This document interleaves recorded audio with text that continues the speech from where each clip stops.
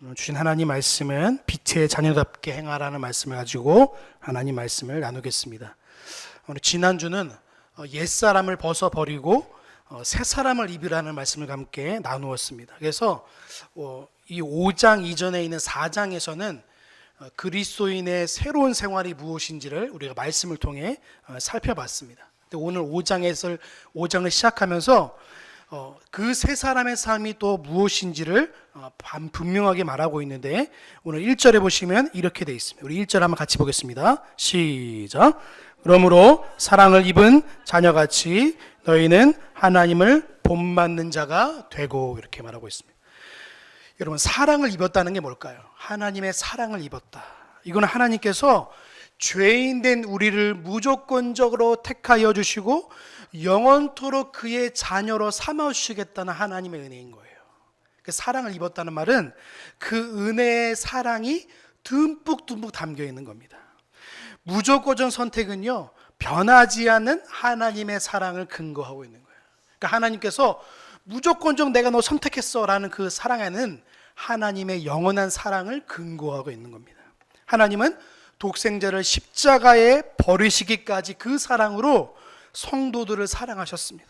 이렇게 그들은 하나님의 사랑을 입은 자인 겁니다. 그러니까 저와 여러분들의 가장 근본이 뭐냐면 하나님의 사랑을 입은 자라는 거예요. 그러니까 저와 여러분들의 그 정체성이 뭐냐면 하나님의 사랑을 입었기 때문에 사랑을 입은 자답게 살아가는 것이 바로 성도라는 것입니다. 그래서 1절에 보면 그래서 사랑을 입은 자답게 라고 말하는 거예요. 그리고 5장 1절 후반부에 보시면 뭐라고 되어 있죠? 하나님을 본받는 자가 되라고 말하고 있어요. 성경에 통틀어서 여기는 한 번밖에 나와 있지 않습니다. 본받는 자가 뭘까요? 신약 성경에서 여기만 등장하고 있는 단어인데, 본받는 자가 뭐냐면 하나님의 형상을 회복하는 거예요. 회복하는 것이 바로 본받는 자인 겁니다. 하나님의 사랑을, 하나님께서 그들을 너무나 사랑하신 것처럼 우리도 그 사랑을 받는 자처럼 살아가는 거예요. 내가 하나님을 사랑하는 자처럼. 이 말씀은 세 사람의 연장선상에 있는 거예요. 성도는 성령을 근심하는 사람들이 아니라 성령을 기쁘시게 하는 사람들이며, 도리어 하나님의 영광을 나타내는 자들이 뭐예요? 하나님의 백성들이죠. 백성들이자 하나님의 성도들이라고 말한 겁니다. 그러니까 우리는 하나님을 기뻐하고 하나님께 영광 올려드리는 것이 우리의 행복이고 기뻐하는 것을 아는 거예요. 여러분의 행복이 뭡니까? 우리가 지금 현재 살고 있는 여러분을 가장 행복하게 하는 게 뭐예요? 성도됨의 가장 행복이 뭔지 아십니까? 하나님의 영광입니다. 여러분의 가장 기뻐하는 게 뭡니까? 하나님의 영화로우심이에요. 그 행복과 기쁨의 기준이 세상적인 것들로 바꾸어지기 시작하면요, 우리는 나도 모르게 변질되고 있는 거예요. 세속화되고 있는 겁니다. 성도들은요, 세상을 살고 있지만 세상과는 전혀 상관없는 존재로 살아가는 게 아니라 구별된 존재로 살아가는 자들이 누굽니까? 거룩한 성도인 겁니다. 그래서 여러분, 우리의 행복이 뭡니까? 하나님의 영광이 되셔야 돼요. 여러분의 기쁨이 뭡니까? 하나님께서 여러분의 기쁨이 되시는 거예요. 이것이 우리에게 기준이 되고 우리가 기쁨이 영광이 될 때에 진짜 하나님을 본받는 자답게 살아갈 수 있는 거예요. 그래서 그 본받는 자의 삶이 결국에는 하나님의 사랑을 입은 자답게 살아갈 수 있는 원인과 동기가 되는 것입니다. 우리 2절을 한번 같이 보겠습니다. 2절입니다. 시작. 그리스도께서 너희를 사랑하신 것 같이 너희도 사랑 가운데서 행하라. 그는 우리를 위하여 자기를 버리사 향기로운 제물과 생축으로 하나님께 드리셨느니라. 자, 1절에서 하나님을 본받으라고 말씀하셨죠. 여기서는 뭐라고 말하고 있냐면 그리스도를 본받으라고 말하고 있어요. 그리스도는 우리를 위해 친히 속죄 제물이 되어 주셔서 희생의 사랑을 해 주셨어요. 여러분, 제물은 뭐냐면, 여기서 우리 이전에 나타난 제물이 뭐냐면 하나님께 드리는 제사를 말하고 있어요. 여러분, 하나님께 제사를 드릴 때 그냥 함부로 드리는 게 아닙니다, 여러분. 우리 예전에는 그 제물을 가져올 때 그 제물을 애지중지하면서 가져왔어요. 이거 하나님께 드리는 거니까. 흠이 없어야 되니까. 그걸 가져올 때 여러분 얼마나 자기 몸이 상처나는 상관없어요. 그런데 이 재물이 상처나는 걸 도저히 용납할 수 없는 거예요. 왜냐하면 하나님께 드리는 것이기 때문에 그런 거예요. 여러분, 이 재물이 그러할진데 여러분, 저와 여러분도 마찬가지입니다. 하나님께 드릴 때, 여러분 예배 드릴 때에 여러분이 드려지는 것인 줄로 믿습니다. 그리고 여러분, 우리가 드려질 때에 우리가 가장 귀한 것으로 하나님께 드리잖아요. 그 마음으로 드리는 것이잖아요. 그 재물은요, 예수님께서 가장 자기를 버리셔서 가장 향기로운 재물이 되었다고 말씀하고 계십니다. 또 2절 후반부에 보시면 생축으로 되어 있죠. 이 생축은 헬라어로 뭐냐면 죽음이 된 재물입니다. 헬라어로 말하면 죽음이 된 재물. 하나님 앞에 죽음이 되셔서, 이거는 단순히 순교의 의미가 아니라요, 죄로 인해서 우리가 죽어야 되는데 예수 그리스도께서 죽어주셔서 속죄 제물이 되어주셨음을 말하고 있는 거예요. 하나님의 영원한 향기 제물과, 이거는 오늘 우리가 레위기에서 보시면 화목 제물과 속죄 제물이 되어주신 거예요. 하나님께서 받으시는 완벽한 제물이 되어주셔서 우리를 위해 돌아가시고 우리를 위해 부활하신 거예요. 하나님과 막혔던 모든 것들이 예수 그리스도로 말미암아 완전한 회복을 이루신 사건이 뭐냐면 십자가 사건인 겁니다. 이걸 통해서 우리가 예수 그리스도께서 우리를 사랑하신 것을 말씀하고 있는 거예요. 여러분, 우리 예수님께 우리가 예배를 드리는데요, 어떤 마음으로 예배를 드려야 될까요? 예수 그리스도를 사랑하는 마음으로 예배해야 될 줄로 믿습니다. 성도들의 모든 행위와 동기는요, 예수 그리스도의 사랑이 동기가 되셔야 돼요. 그래서 전도할 때도 예수님을 사랑하는 마음으로 전도하는 거고요, 예배 드릴 때도 예수님께서 나를 위해 죽으시고 부활하신 그 사랑을 의지하면서 예배하는 거예요. 그리고 또 예물을 드릴 때도 예수님을 사랑하는 마음으로 예물을 드리는 거예요. 그러니까 우리가 모든 그리스도인의 생활의 전반 가운데에 예수님의 사랑을 근거하여서 모든 것이 이루어지는 거예요. 제가 이웃의 기준이 어디까지라고 제가 말씀드렸죠, 저번 주에? 원수까지입니다. 원수까지 우리가 사랑할 수 있는 뭐예요? 예수님을 사랑하기 때문에 원수를 사랑하는 거예요. 여러분, 우리는 가장 기본적이고 원초적인 우리가 그리스도인의 동기와 근원이 예수님의 사랑이 아니게 되면 어떻게 되는지 아십니까? 나의 자랑이 먼저 나타나게 되는 거예요. 내 욕망이 먼저 나타나는 거예요. 내가 나타나기 위해서 무엇인가 하게 되는 거예요. 여러분, 예수님을 사랑하는 마음으로 우리 그리스도인의 모든 행동이 근원이 되시길 주님을 소망합니다. 그럴 때 진짜 사랑이 나오는 거예요.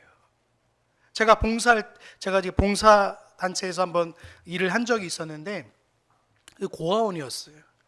고아원 아이들은요, 사랑이 고픈 아이들이에요.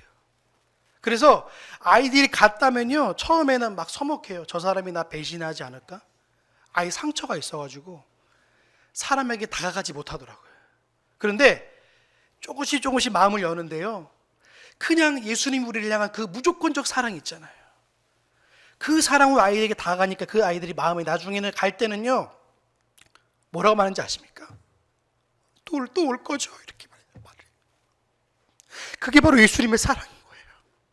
우리에게 베풀어 주시고 한없이 우리에게 쏟아주신 그 사랑, 그게 바로 예수 그리스도의 사랑이자 성도를 향한 하나님의 사랑인 줄로 믿습니다. 그 사랑을 오늘도 우리는 예배하는 것이고, 그 사랑하는 걸로 우리를 사랑하는 거예요. 그 사랑이 없으면 아무것도 우리 힘이 될 수 없어요. 고린도전서와 후서를 보시면 그리스도의 사랑이 동기가 되고 원인이 되지 않으면 서로 싸움이 나는 거예요. 사랑하기 때문에 내가 병 고치는 은사도 하나님의 사랑으로 헌신하고 봉사하는 거고, 이웃을 사랑하는 것도 그것이 동기가 되고 원인이 될 때에 진짜 사랑이 나오는 거예요. 그 예수님께서 사도 바울을 통해서 그리스도께서 너희를 정말로 사랑하는 것처럼 너희도 그 사랑으로 살아가라고 말씀하고 있는 것입니다. 여러분, 기독교 정신은 내가 죽고 예수가 사는 겁니다. 근데 오늘날 기독교 정신이 많이 사라졌습니다. 내가 살고 네가 죽어라 해요. 그럼 돌아보십시오. 많은 교회들이 네가 죽어야지 내가 산다고 말합니다. 그런데 진짜 기독교는요, 내가 죽어야 그리스도가 사는 겁니다.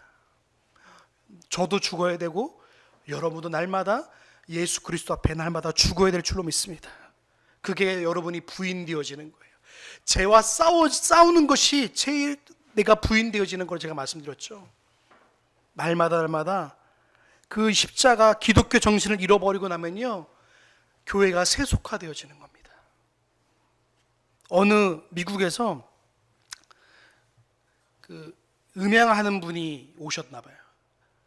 그래서 기독교의 그 금요 기도에 부르짖는 소리랑 절에서 고요하게 한 스님이 한 분이 연부를 외우시는 장면을 녹음한 분이 계십니다. 그런데 수천 명의 금요 기도에서 부르짖는 그 소리랑 한 명의 스님이 연부라는 소리가 압도해서 절대 이길 수 없는 그 소리를 느꼈답니다.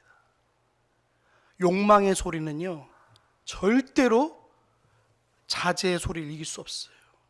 그런데 하물며 예수 그리스도의 그 사랑의 소리가 우리 가운데 있으면요, 욕망의 소리가 나올래야 나올 수가 없습니다. 왜요? 내가 죽어지면 예수님의 사는 걸 알기 때문에 날마다 나를 부인하면서 살아가는 거예요. 교회에서 이런 분들이 많아지면요, 교회가요 시끄러울까요? 은혜의 소리가 넘칠까요? 은혜의 소리가 넘치겠죠. 왜요? 욕망의 소리보다도 하나님의 사랑의 소리가 넘치니까 그렇습니다. 여러분, 기독교는요, 옛사람이 날마다 예수 그리스도 앞에 죽어진 걸 고백하며 그 새로운 피조물로 다시 태어났고 거룩한 성도답게 살아가는 것이 바로 성도라고 말씀드렸습니다. 성도는 하나님의 사랑 때문에 살아가는 사람들입니다. 돈 때문에 살아가는 사람들이 아니에요. 내 자녀 때문에 살아가는 사람들이 아니에요. 성도는 예수님의 사랑을 근거하여서 살아가는 사람입니다. 그 사랑 때문에 살아가는 거예요. 그 사랑 때문에 헌신하는 것이고요, 그 사랑이 행동의 동기가 되어서 날마다 예수님을 드러내기 위해서, 예수님을 나타내기 위해서 내가 하나님께 예배드리고 헌신하고 봉사하는 거예요. 여러분의 모습 속에서 예수님이 나타내시길 주님의 이름으로 소망합니다. 우리 3절을 같이 보겠습니다. 시작. 음행과 온갖 더러운 것과 탐욕은 너희 중에서도 그 이름이라도 부르지 말라. 이는 성도의 마땅한 반이라. 아멘. 세 가지를 말하고 있습니다. 음행과 더러운 것과 탐욕이라고 말하고 있어요. 여러분, 더러운 것이 뭐냐면 모든 넓은 죄악을 통틀어서 말하는 것을 말하고 있어요. 이거는 간음을 포함한 모든 죄악이 뭐예요? 더러운 것입니다. 음행은 뭔지 아시죠? 간음을 포함한 모든 더러운 거예요. 내 육신과 더불어서 내 영혼을 더럽힌 것까지 가는 거예요. 탐욕은 뭡니까? 여러분, 세상의 것을 가지면 가질수록요, 더 가지려는 마음입니다. 이런 마음의 소유자는 언제나 하나님보다도 무력을 앞세우며 거기에 몰두하게 되어 있습니다. 탐심은요, 성경에서 우상 숭배자와 같다고 말하고 있습니다. 골로새서 3장 5절이 이렇게 말하고 있습니다. 제가 읽어드리겠습니다. 그러므로 땅에 있는 지체를 죽이라. 곧 음란과 부정과 사욕과 악한 정욕과 탐심이니 탐심은 우상 숭배니라 라고 말하고 있습니다. 여러분, 탐욕은요, 마치 바닷물을 먹는 것과 똑같아요. 바닷물 혹시 드셔보셨어요? 짜잖아요. 그런데 물이 없는 곳에서 바닷물을 먹는 건요, 마치 갈증을 해소하지만 갈증이 해소되지 않는 것과 똑같은 거예요. 예수 그리스도를 믿는 자는요, 자족과 만족의 마음을 가지고 살아가셔야 돼요. 그런데 세상 사람들은 뭐라고 말하는지 아십니까? 더 가져야 된다고, 더 취해야 된다고, 더 그래야지만 행복이 찾아온다고 말을 합니다. 제가 여러분의 행복이 뭐라고 말씀드렸죠? 하나님의 영광이 여러분의 행복이에요. 예수 그리스도가 여러분의 계심이 그 기쁨이고 위안이고 위로예요. 그런데 세상은 그렇게 말하지 않아요. 근데 그리스도인들이 세상의 길에 너무 귀를 많이 기울여요. 더 많이 가지려 하고, 그리고 비교하고, 그리고 물질을 더 가지려고 몸부림을 치는 거예요. 근데 예수 그리스도를 가진 자는요, 모든 것을 가진 자예요. 제가 맨 처음에 말씀드렸던 거 있죠? 에베소서 1장 말씀드렸던 하늘에 속한 신령한 복을 가진 자들이 바로 저와 여러분들인 줄로 믿습니다. 이 복을 가진 자들은요, 어떤 복을 가진 자들보다 더 많은 어떤 세상의 복보다도 비교할 수 없는 복을 가진 자들이 바로 저와 여러분들인 거예요. 비교할 수 없는 복이에요. 세상의 복은 뭐예요? 없어질 복들인 거예요. 사라질 복들인 겁니다. 그런데 그것을 가지면 가질수록 성도들은요, 어디에 빠지게 되냐면 우상 숭배에 빠지게 됩니다. 돈이라는, 탐심이라는 우상에 빠지게 되는 거예요. 성도는 음행과 온갖 더러운 것과 탐욕을 멀리하고 그 이름을 부르는 것조차도 두려워할 줄 아는 것이 성도라고 말하는 것입니다. 오늘 사도 바울이 분명히 말하고 있죠. 그 이름이라도 부르지 말라는 건 뭐냐면 아예 생각도 하지 말라는 거예요. 왜요? 성도가 마땅히 살아야 바가 무엇인지를 알기 때문에 그런 겁니다. 사도 바울에 있어서 예수 그리스도는요, 생명 그 자체였습니다. 예수 생명. 여러분, 저와 여러분들에게 무엇이 생명입니까? 무엇이 여러분에게 가장 존귀한 것입니까? 예수가 여러분과 저와 여러분 가운데에 가장 큰 보물이자 생명인 줄로 믿습니다. 그것을 잃어버리면 모든 것을 잃어버리는 거예요. 그런데 한국 교회뿐만 아니라 많은 교회들이 예수님에 대해서 말하지 않아요. 죄를 말하지 않고 탐욕에 대해서 주의하고 멀리하라고 말하지 않아요. 성도에게 있어서 분명히 그 반대 길을 걸어야 됩니다. 음행이 아니라 거룩함을 향해 달려가야 됩니다. 더러운 것이 아니라 성결함을 향해서 달려가야 됩니다. 탐욕이 아니라 만족을 향해서 내가 하나님 앞에 살아가야 됩니다. 4절입니다. 우리 같이 보겠습니다. 시작. 누추함과 어리석인 말이나 희롱의 말이 마땅치 아니 돌이켜 감사하는 말을 하라. 이 세 가지 말, 누추함, 어리석은 말, 희롱하는 말, 이 세 가지는 모두 다 이웃에게 손해를 가하는 말입니다. 누추함은 뭐냐면 부끄러움을 의미하는 거예요. 그러니까 남에게 수욕을 주는 언행을 말하는 겁니다. 여러분, 제가 저번 주에 말씀드렸죠? 이웃의 명예를 존중하라고 말씀드렸어요? 이웃의 명예를 실추시키라고 말씀드렸습니까? 이웃의 명예를 드높이라고 말씀드렸어요. 이웃의 명예를 존중하고 높이는 게 뭐예요? 그리스도인이라고 말씀드렸어요. 그런데 어떤 사람들은 남에게 수치를 주는 행동을 하는 사람들이 있어요. 그래서 말을 조심해야 되는 거 제가 말씀드렸습니다.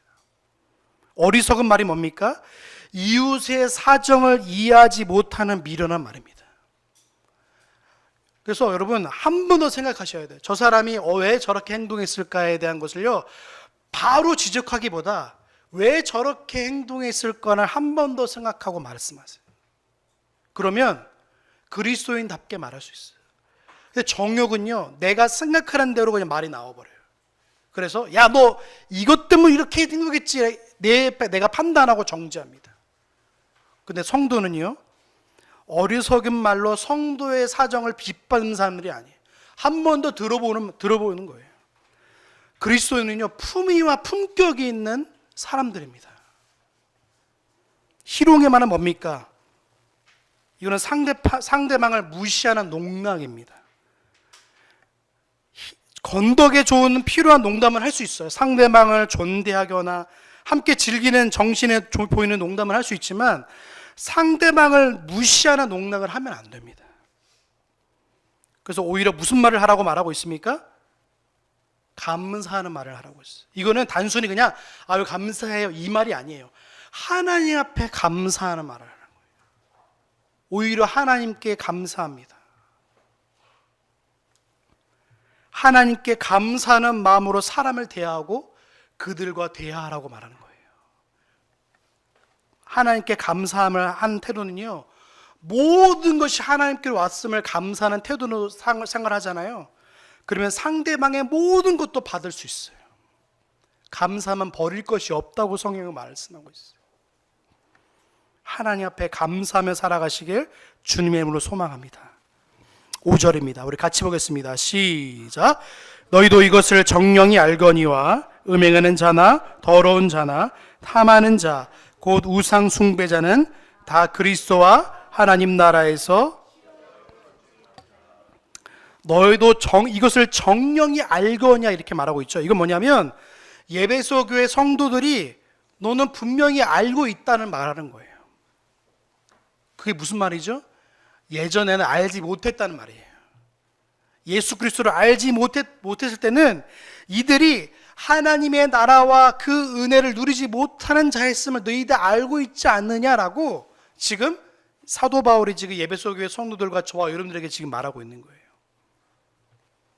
그런데 음행하는 자, 더러우는 자, 탐욕을 하는 자, 이 우상 숭배자들은요, 절대로 하나님의 나라를 그 기업을 누리지 못한다고 말하고 있어요. 여러분, 불신자가 회개하기 전의 상태를 말하는 거예요. 음행하는 자나 더러운 자나 탐욕하는 자는 불신자가 회개하기 전에 모든 상태를 말하고 있어요. 예수님을 믿지 않은 자가 이미 정죄를 받고 있는 거예요. 저가 예수를 믿지 않은 그 자체가요, 이미 정죄를 받고 있는 거예요. 그래서 이들은요, 음행이나 더러운 것이나 탐욕으로 우상 숭배를 절대로 끊지 못합니다. 왜요? 예수 그리스도를 믿지 못하면 절대 끊을 수 없는 거예요. 죄는요, 루터의 말로 빌리자면 노예 의지입니다. 노예 의지가 뭐냐면 노예 근성과 똑같은 말이에요. 노예들은 자기의 습성들을 절대 끊을 수 없는 것과 똑같은 거예요. 죄의 근성이 그렇습니다. 노예가 마치 내가 누군가에게 뭐 일을 하거나 이러면 그 일들을 끊지 못하는 거예요. 노예 근성을 끊지 못하는 거예요. 이들은요, 하나님의 기업을 얻지 못했습니다. 기업은 다른 말로 하면 헬라어로 말하면 상속자라는 뜻이 있습니다. 상속자. 하나님의 나라를 상속으로 받지 못한다는 말입니다. 탐욕의 소유자들은요, 세상의 것들에 애착하고 집착하여서 그것을 가지기 위해서 온 마음과 힘을 다해서 하나님을 떠나갑니다. 우리는 먼저 하나님의 나라와 의를 구해야 될 줄로 믿습니다. 이 말씀을 외면하면요, 물질을 먼저 구하게 되고 하나님보다 물질을 더 소중하게 여기며 살아갈 수 있는 거예요. 6절입니다. 우리 6절 같이 볼까요? 시작. 누구든지 헛된 말로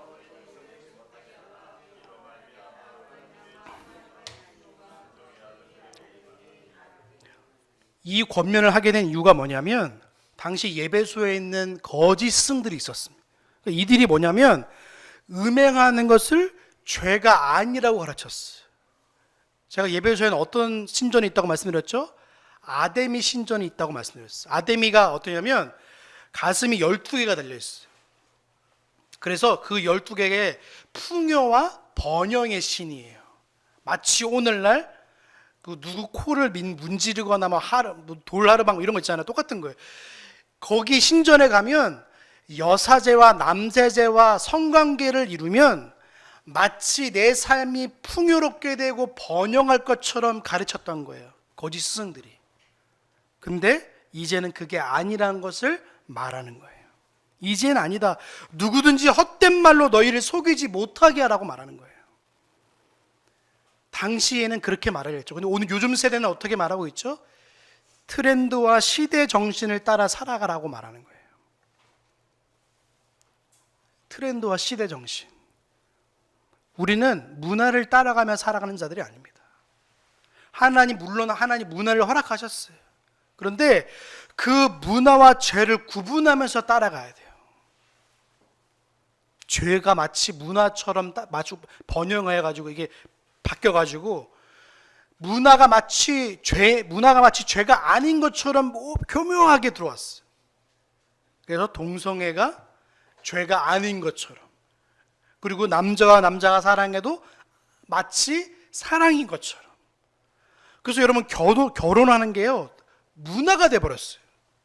성경에서는요 결혼을요 하나님의 거룩함을 지키기 위한 수단으로 하나님 우리 백성들에게 주신 건데, 결혼을 문화로 소비하고 있어요.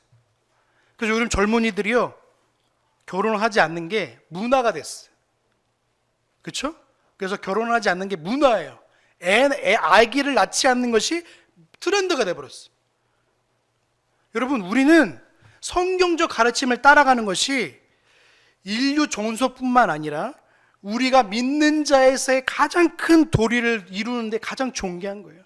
하나님이 그래서 이것들을 우리가 허락하셨는데 인류 자체가 이미 종말을 스스로 고하는 것 똑같은 거예요. 결혼 제도는요 하나님의 거룩함을 지키기 위한 은혜로 주신 거예요. 근데 이거를 자녀들에게 가르치셔야 됩니다. 문화대로 따라가시면 안 돼요. 죄악의 문화를 따라가면 어떻게 되는지 아십니까? 그냥 공멸의 길로 가는 거예요. 한국 교회가 이걸 가르쳐야 돼요. 왜 결혼해야 되는지, 왜 자녀를 낳아야 되는지.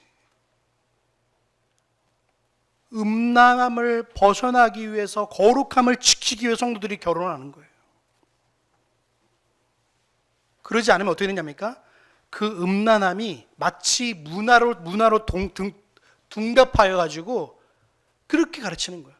여러분 네덜란드나 이런 데 보시면 원래는 기독교 문화가 가장 활성화됐던 곳이 네덜란드였어요.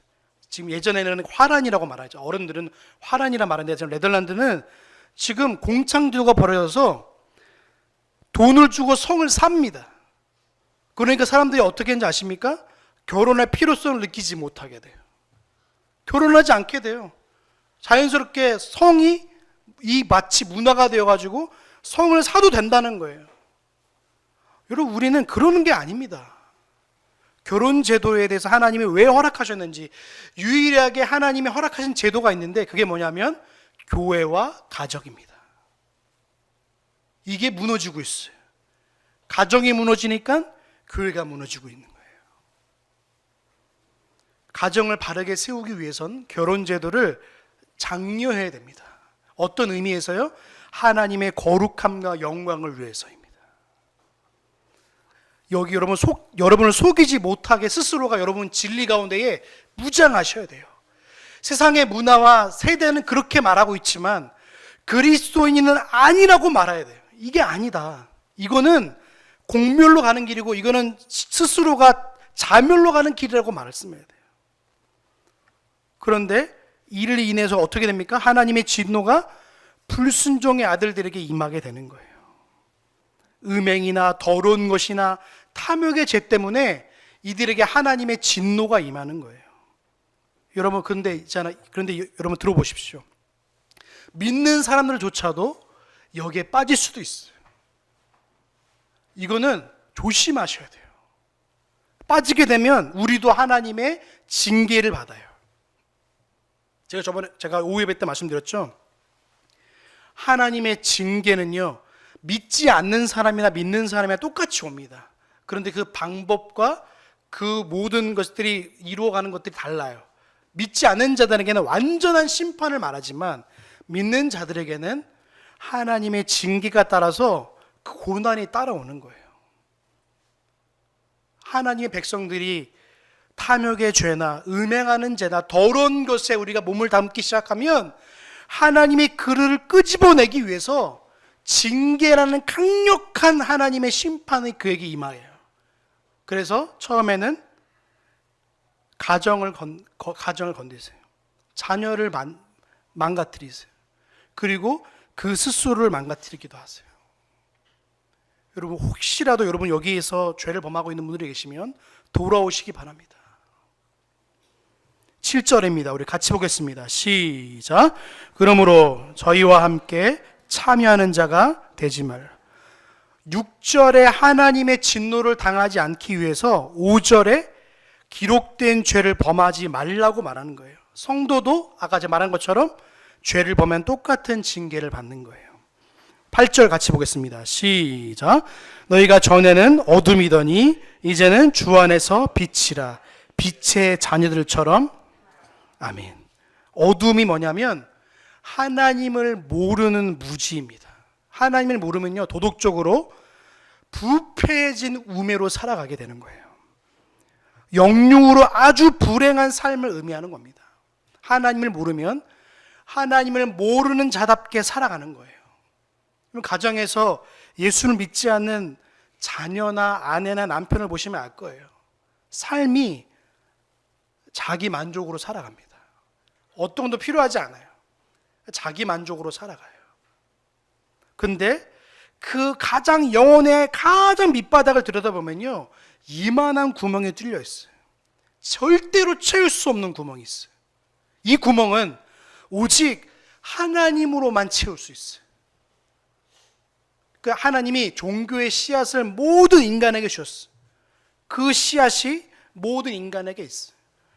근데 애써 그것을 감추는 것 뿐이에요. 그 구멍을 채우려고 취미라는 것으로, 아니면 돈이라는 것으로, 아니면 더러운 것으로, 아니면 음행하는 것으로 자꾸 채우려다 보니까 채워지지 않으니까 자꾸 탐욕과 정욕이 일어나는 거예요. 근데 이미 우리에게 어떤 게 있죠? 예수 그리스도로 말미암아 이미 만족과 은혜를 누리는 자들이 누굽니까? 저와 여러분들인 거예요. 그래서 예수님이 계시면 그것으로 우리에게 충분한 거예요. 만족한 거예요. 근데 믿지 않는 자들은 그것이 없으니까 지금도 오늘도 불안하며 살아가는 거예요. 그러니까 하나님을 알지 못하면 그렇게 살아가는 겁니다. 예배소 교회 성도들은 예수님을 알기 전에는 그러한 하나님을 모르는 무지함으로 살았어요. 어두운 삶을 살았다는 것입니다. 그런데 이제는 하나님이 어떤 분인지 알았고 예수 그리스도의 복음이 어떤 분인지 알았기 때문에 빛의 자녀로 살아갈 수 있는 거예요.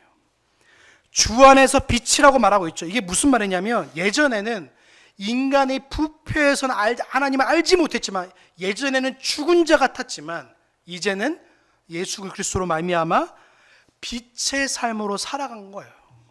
예, 거룩한 생활로 참되게 영원한 행복을 상징하고 있는 거예요.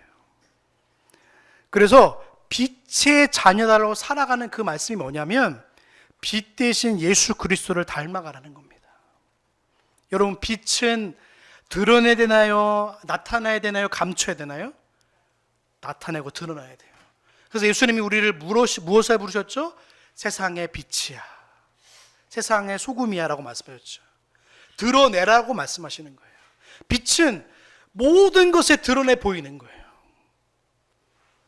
근데 그 빛이 빛을 잃으면 어떻게 됩니까? 욕하게 되는 거예요. 빛의 사람은요, 그 흔적이 남습니다. 어떤 흔적이 남죠? 열매라는 흔적이 남아요. 그것이 바로 9절입니다. 우리 9절을 같이 보겠습니다. 시작.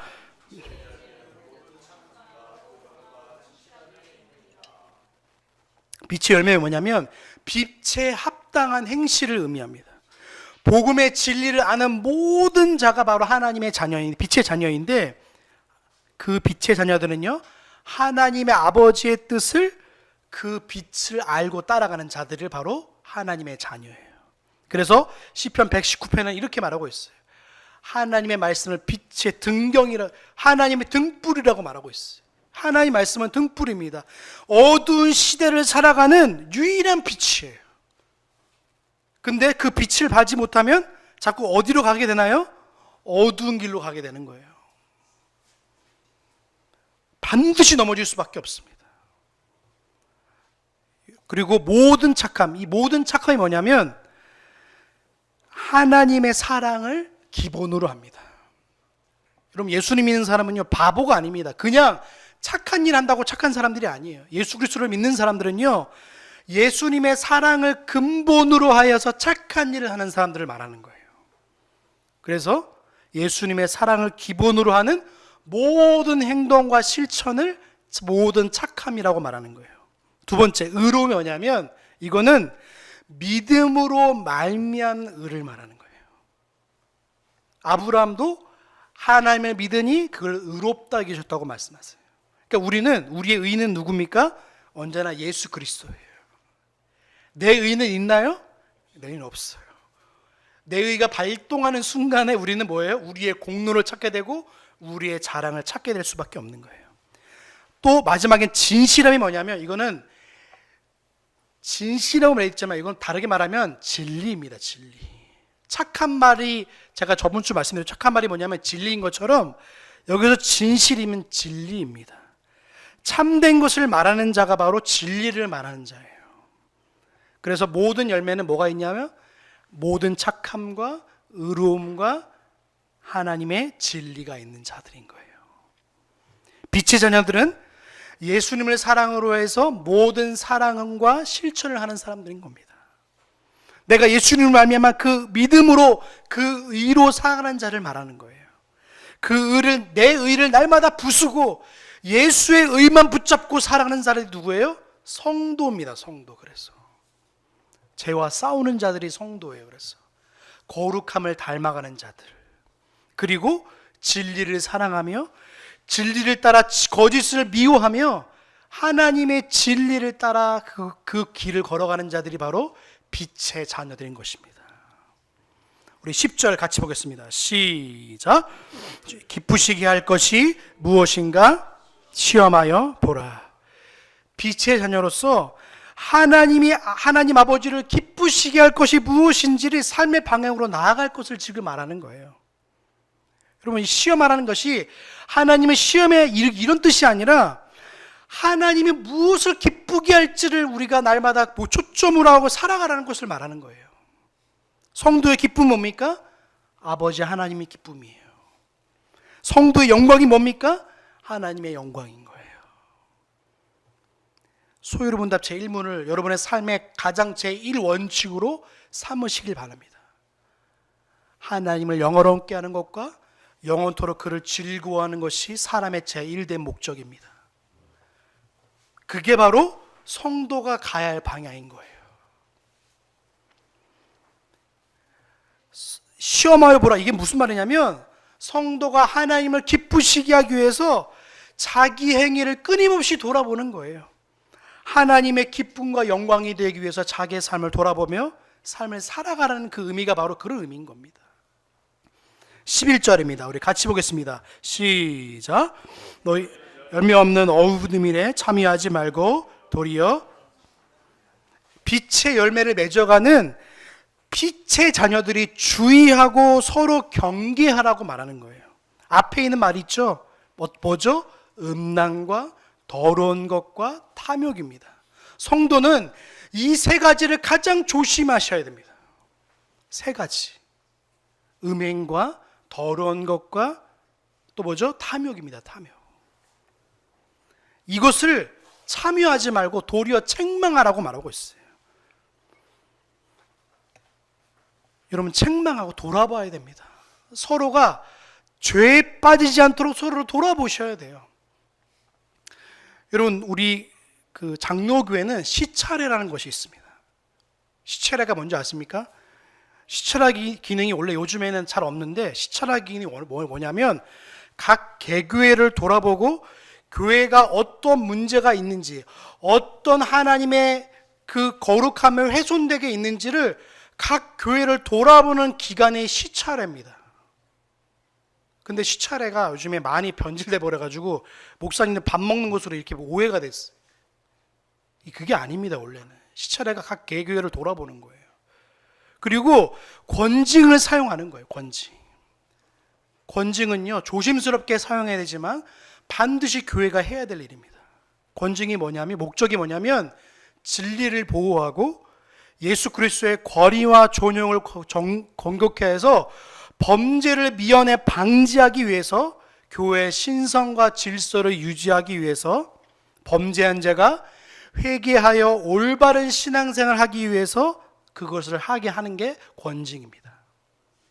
그래서 권징이 만약에 할 때 범죄한 사실이 발견될 때 마태복음 18장 15절에 17절을 근거하여서 권징을 가합니다. 처음에는 한 사람이 가서 너 죄 지으면 안 돼. 두세 사람의 증인이 가서 그렇게 하면 안 돼. 교회 증인들을 들고 와서 하면 안 돼. 그때는 이제 권징을 가하는 거예요. 여러분, 하나님의 은혜가 임하기 위해서는요, 서로 죄를 범하지 않도록 하나님의 거룩성을 유지하기 위해서 교회가 힘써야 되는 거예요. 그래서 서로를 돌아보여서 이 사람이 만약 죄를 짓고 같으면 그 죄 서로가 도모돼 가지고 서로 그 죄악을 하는 게 아니라 말려야 되는 겁니다. 그래서 내가 거룩하지 않으면 거기에 휘말리게 되는 거예요. 그러면 어떻게 되는지 아십니까? 그게 점점점 아무렇지 않게 돼요. 그러면 교회가 친목단체가 아닙니다. 교회는 절대 친목단체가 아니에요. 공교회라는 말을 쓸 때 이 공이란 뜻이 공무원 공자를 씁니다. 모일 공자를 쓰지 않고. 왜 그런지 아십니까? 하나님 나라의 거룩한 의무를 가진 자들이 뭡니까? 성도이기 때문에 그런 거예요. 그래서 거룩한 모임이기 때문에 이 거룩한 모임이 존속되어지기 위해서 서로가 거룩함을 유지하고 그리고 빛의 열매를 맺기 위해서 예수 그리스도를 부단히 의지하고 성령 하나님을 날마다 붙들며 살아가는 것이 성도인 거예요. 그런데 오늘날 교회는요, 성도들의 생활에 대해서 잘 얘기하지 않습니다. 두리뭉실 얘기하지, 죄에 대해서 분명하게 지적하고 있는데 이걸 잘 가르치지 않아요. 여러분, 정말 조심하셔야 됩니다. 음행하는 걸 조심하셔야 되고, 더러운 일에 가담하는 것을 조심하셔야 되고, 탐욕하는 일에 여러분 조심하셔야 돼요. 12절과 13절입니다. 우리 같이 보겠습니다. 시작. 저 은밀한 행하는 것들을 말하기를 부끄러움이라. 그러나 책망을 받는 모든 것이 빛으로 나타나니 나타나지는 것마다 빛이니라. 12절부터 14절까지는 어두운 일을 책망할 이유에 대해서 설명합니다. 첫 번째, 어두운 일은 말하기도 부끄러운 것만큼 그것을 책망하는 것은 그 불의를 방지하기 때문에 그런 거예요. 두 번째 이유가 뭐냐면 불의로 책망을 받는 자에게 빛이 나타나기 때문에 그런 거예요. 그 사람이 회개하면요, 새 사람이 돼서 빛이 나타나는 사실인 거예요. 여러분, 권징이 바르게 사용되는 교회를 보시면 정말로요, 성도가 회개하고 하나님의 모습을 닮아가는 것이 나타납니다. 거룩함이 살아있는 교회는 그렇습니다. 근데 거룩함을 잃어버린 교회는요, 성도가 죄를 짓건 말건 상관하지 않습니다. 그게 회중교회의 모습인 거예요. 회중의 말도 중요하지만 회중의 말보다 더 위에 있는 권위가 있어요. 그게 바로 진리고 하나님의 말씀인 겁니다. 그 말씀에 다스를 받겠다고 한 성도들은요, 당의 가르침을 분명하게 받으셔야 되는 거예요. 그러지 않으면 부끄러운 일을 부끄럽지 않다고 여기는 게, 죄가 관영하면 시작할수록 교회가 거룩성을 잃어버리면요, 교회의 가장 중요한 것을 잃어버리는 게 되는 거예요. 책망을 받은 사람들이 회개하면요, 진짜 그 빛이 나타나게 되어서 빛의 걸음을 걷기 시작한다는 걸 말하고 있는 거예요.